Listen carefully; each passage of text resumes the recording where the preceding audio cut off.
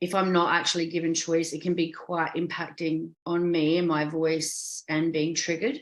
So I got a second opinion, and that's me trying to have choice. I got a second opinion for something to do with my kidneys. And then the guy looked at this test and he said, they didn't test for this. Oh, what does it say in the last test, which was 2015? He's like, oh, well, the levels were high then. So you have to have this medication. And he pointed his finger, you have to have this medication. It's going to give you gout and rashes, but you have to have it, right? I had no voice. I was just like, are there other options? I don't want to have gout. I didn't really understand gout. I had to Google gout, you know. But to be told by an older white man that I have to do something with my body and be given no choice and have my autonomy taken from me, I cried in my car when I managed to freeze enough to not fall apart.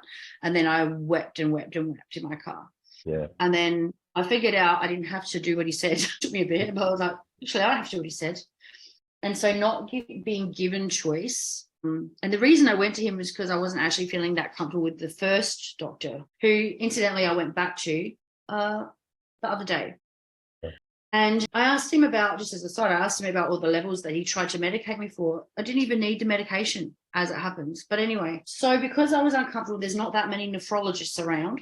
I went back to the first one, and I meant to bring a friend with me, and I forgot. So then I wrote a script for before. So before I went in, I wrote a script of like what I'm going to say. And so I got in there, and he very seriously looks at me and he goes, so have you been taking your medication? And I'm like, put my hands on the table, and I said, let's restart. Like, I was a bit playful. I'm like, let's restart. I really actually need autonomy and choice for me to be okay. Good for you. Yeah, man. And I would like to have a bit more involvement in my care and the decisions made for my body. Would that be okay? Literally like that. I'm just by myself. I'm like, maybe this go out. When he goes, yeah.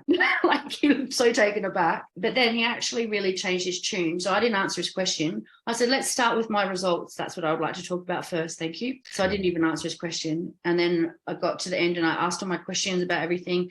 And then I told him the answer to his question, which was no, because I've been doing it myself and getting the results I want. Right. And so then he asked me how I wanted to proceed, which he'd never talked to me that way before until I advocated for myself. And I said, well, I would actually like to do more regular tests. Am I allowed to do that? And he said, yes. And I could do that through my GP. And then he asked if I wanted to continue to see him, or would I like to wait till I'm sick again? And I said, no, I would like to continue to see you every year, please. And he said, okay. And so I was like, it would be nice if health practitioners all came to their daily practice with a lens of choice. But I guess I wanted to share that for anyone listening. You can write a script and you can go in there and say that straight off the bat with a smile on your face.